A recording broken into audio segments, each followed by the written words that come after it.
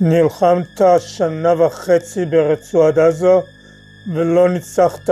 וזה נגד הצבא הכי חלש במזרח התיכון. אני גמרתי את כל הרצועה וכבשתי אותה ב4 שעות. ובשעה החמישית וואלה חצינו לסיני. תקפנו בעוצמה. כמה מטרות? היו 1,200 קילומטר מירושלים. לחמתי ב7 חזיתות. תראה לי את ההישגים. שמע, בזמני כל העולם היה איתנו. בהשפעה אליך שכל העולם היה נגדך. הפכתם לצרת של הזירה הפוליטית. אף אחד לא רוצה לנגוע בכם. וזה, עשיתם את זה לעצמכם. אתה אולד סקול.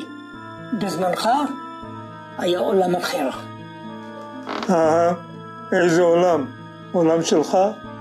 לך במלחמת הכיפור קצת דומה למה שאני עברתי. היה לך מודיעין גרוע שעיכב את הגיוס, כמו שאני זוכר. ופקידים טעו בדיווחים. כמו שאני זוכר, גנרל דיין, המחלה שאני סובל ממנה התחילה איתך ביום כיפור.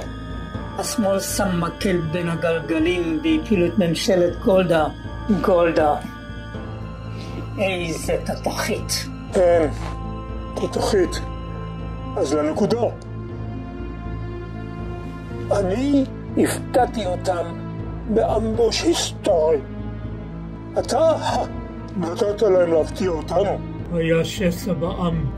וכל זה שהיה לך מודיעין וידעת שיתקיפו הרמטכ"ל הרצי הלוי. אני מאמין בצה"ל. טיפחתי בו, גידלתי אותו. צה"ל לא בנוי למלחמות ארוכות. מכה אחת, בום, וזהו זה. האסטרטגיה שלי. אסטרטגיה? איזה? עשה לי טובה, אל תצחיק אותי. אתה מסתכל על כל המצב עם עין אחת. מה זה אומר?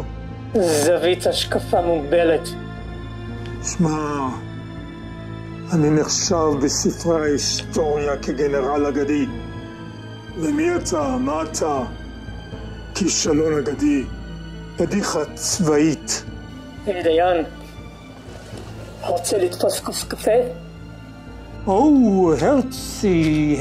הרצי, לא למדת ממני כלום.